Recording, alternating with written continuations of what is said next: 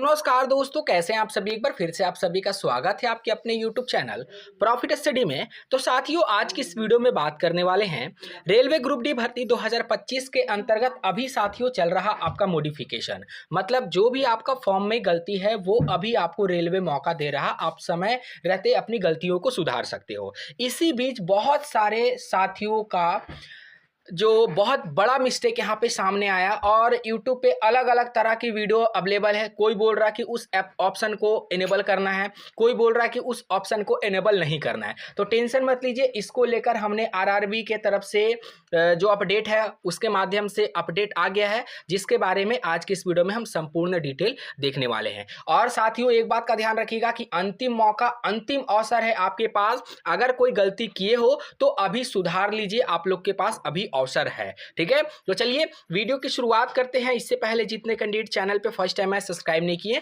फटाफट करके सब्सक्राइब कर लीजिएगा रेलवे संबंधी पल पल की अपडेट के लिए। इसके साथ साथ डिस्क्रिप्शन में आपको टेलीग्राम ग्रुप, व्हाट्सएप ग्रुप का लिंक मिलेगा, जरूर ज्वाइन कर लीजिएगा। हर तरह का लेटेस्ट इंपॉर्टेंट अपडेट कंटिन्यू वहां पे देखने को मिलते रहते हैं। तो देखिए साथियों, सबसे बड़ा इशू आ रहा कि क्या क्वालिफिकेशन में एनएससी का डॉक्यूमेंट को ऐड करना है कि नहीं करना है। तो साथियों, सीधा कॉमन सेंस की यहाँ पे बात है कि यहाँ पे देखिएगा तो आपका क्या लिखा गया है, इसेंशियल क्वालिफिकेशन डिटेल। आप ही सोचिए कि जो ग्रुप डी का भर्ती आया है उसका आधार 10th है। मतलब अगर किसी के पास आईटीआई नहीं है तो भी वो फॉर्म भर सकता है 10वीं लेवल पे, और जिसके पास आईटीआई है वो भी फॉर्म भर सकता है, जिसके पास एनएससी है वो भी फॉर्म भर सकता है। ठीक है, हालांकि कुछ कैंडिडेट का ये भी कहना है कि एनएससी का डिटेल तो हम पहले भी फिल कर दिए एक्ट अप्रेंटिस में, जहां पे यस या फिर नो का ऑप्शन आता है वहां पे भी हम अपना अप्रेंटिस का डिटेल फिल कर दिए। तो क्या क्वालिफिकेशन वाला क्राइटेरिया में हमको अप्रेंटिस का डिटेल देना कंपलसरी है? अगर हम अप्रेंटिसशिप का डिटेल नहीं देंगे तो नहीं चलेगा। तो इसको लेकर हमने अलग अलग यहाँ पे टीचरों से बात किया, जहां तक हमारा कांटेक्ट था वहां तक हमने बात किया। तो अपडेट यही निकल के आ रहा कि आपका इसेंशियल क्वालिफिकेशन में भी एनएससी का डिटेल देना है। ठीक है, आप कुछ बोलेंगे कि अगर नहीं देंगे तो क्या होगा, तो नहीं दे, आप मान लीजिए कोई कैंडिडेट अगर नहीं देता है और आगे चल के अगर रेलवे बोर्ड कोई परेशानी क्रिएट करता है तो उसके जिम्मेदार आप होंगे। उस टाइम आपका कोई भी हेल्प नहीं कर पाएगा। ठीक है, क्योंकि उस टाइम सीधा सीधा आपको रिजेक्ट कर दिया जाएगा। इस बात का आप लोग ध्यान रखिएगा। और बहुत सारे छात्रों का लगातार क्वेरी आ रहा है कि सर YouTube पे कुछ वीडियो ऐसा अवेलेबल है जिसमें बताया जा रहा है कि एनएससी का डिटेल अगर हम नहीं भी देंगे तो भी चल जाएगा। तो साथियों, इसको लेकर हमने रेलवे से भी यहाँ पे बात किया, सपोर्ट टीम जो है वहां पे भी बात किया, और उनका भी यही कहना है कि अगर आपके पास एनएससी का डिटेल है तो वो एनएससी का डिटेल इसेंशियल क्वालिफिकेशन में देना अनिवार्य है। अभी हम आपको कॉल रिकॉर्डिंग भी वीडियो के आगे सुना देंगे। ठीक है, तो ये मत देखिए कि कौन क्या कह रहा है कौन नहीं कह रहा है, क्योंकि कहने के लिए तो लोग बहुत कुछ कहेंगे, और तमाम जो चैनल है वो यूट्यूब पे पड़े हुए हैं जिनको उतना इंफॉर्मेशन नहीं है, फिर भी आप लोग को वीडियो प्रोवाइड कर रहे हैं। तो आप लोग ये देखिए कि क्या करने से आप लोगों का ना फॉर्म रिजेक्ट हो और ना ही आपको आगे चल के डीबी में किसी भी प्रकार की परेशानी हो। क्योंकि अगर आपको डीबी में रिजेक्ट कर दिया जाता है तो उस समय पूरा का पूरा आपका रेलवे ग्रुप डी का फिर कितनी वैकेंसी आएगी नहीं आएगी इसका भी कोई भी पुख्ता जो इंफॉर्मेशन है वो नहीं है, फिर भी आपका ये साल पूरा बर्बाद हो जाएगा। तो इसीलिए सही जानकारी के लिए अभी यही करना है कि जो भी कैंडिडेट एनएससी का डिटेल को ऐड नहीं किए हैं क्वालिफिकेशन में, साथियों हम पर्सनली आपको बोल रहे हैं कि एनएससी का डिटेल को ऐड कर दीजिएगा। बाकी आपकी मर्जी, क्या करना है नहीं करना आप लोग बखूबी जानते हैं। ठीक है, क्योंकि यहाँ पे बहुत सारे कैंडिडेट इसको लेकर परेशान है कि एनएससी को ऐड करे या फिर नहीं करे, ऐड करे या फिर नहीं करे। हम मान के चलते हैं कि अगर यहाँ पे इसेंशियल क्वालिफिकेशन में एनएससी को कोई कैंडिडेट ऐड नहीं करते हैं, ठीक है, अगर मान लीजिए रेलवे बोर्ड कोई ऐसा नियम नहीं बनाया तो चलिए बहुत अच्छी बात है। अगर मान लीजिए कि अगर रेलवे बोर्ड बोल दिया कि नहीं, इसेंशियल क्वालिफिकेशन में जो आपने क्वालिफिकेशन मेंशन करके रखा था उसी के आधार पर हम आपका यहाँ पे मेरिट बनाएंगे, तो फिर उस समय आप क्या करिएगा? उस समय आपके पास कोई भी ऑप्शन नहीं बचेगा।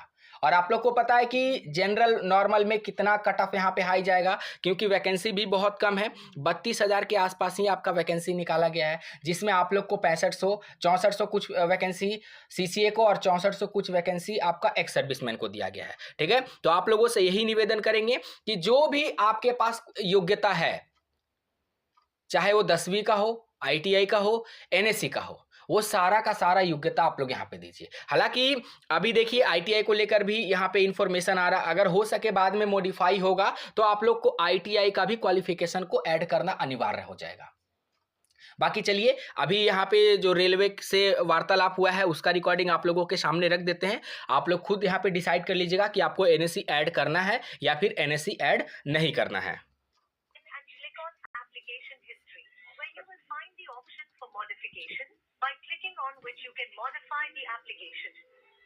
प्रिय उम्मीदवार, आपको सूचित किया जाता है कि CN 07 और 08 2024 के तहत आवेदन बंद हो गया है। अपने आवेदन में संशोधन के लिए कृपया rrbapply.gov.in पर जाएं और एप्लीकेशन हिस्ट्री पर क्लिक करें, जहां आपको संशोधन के लिए विकल्प मिलेगा, जिस पर क्लिक करके आप आवेदन में संशोधन कर सकते हैं। We are connecting the call to our agent. Please stay online. हम आपकी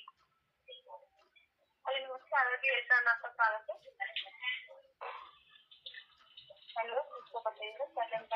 जी मैम, मैं एक रेलवे एक्ट अप्रेंटिस स्टूडेंट हूँ, CCA स्टूडेंट हूँ। तो जो ग्रुप डी में मैम फॉर्म आया था, To modify your application, please visit option है उसमें, ठीक है। वहाँ पे 3 ऑप्शन आएगा, 10th, ITI और NSC।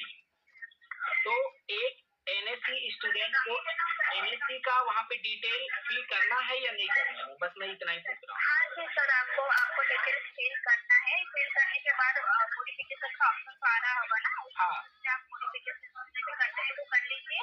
और याद रखिए कि हर एक मॉडिफिकेशन के लिए आपको एक एक करके पेमेंट करना पड़ेगा। अच्छा, मतलब जैसे मान लीजिए एक बार मॉडिफिकेशन किए तो फिर उसका अलग पेमेंट फिर दोबारा करेंगे तो अलग लगेगा ना? हाँ सर, अलग लगेगा उसके लिए। मतलब वहाँ पे क्वालिफिकेशन में NSC ऐड करना मैंडेटरी है, यही ना मैम? हाँ सर, मैंडेटरी है। आपको कॉल करने के लिए जितने भी आप मॉडिफिकेशन करेंगे ना, उतना ही सक्सेसफुल दिखाएगा। हर एक पेमेंट के बाद वो सक्सेसफुल होगा। अगर ऐसा ऑप्शन दिखा रहा है कि नहीं कि आपको दोबारा से करना पड़ेगा, तो आप फिर दोबारा मत कीजिए।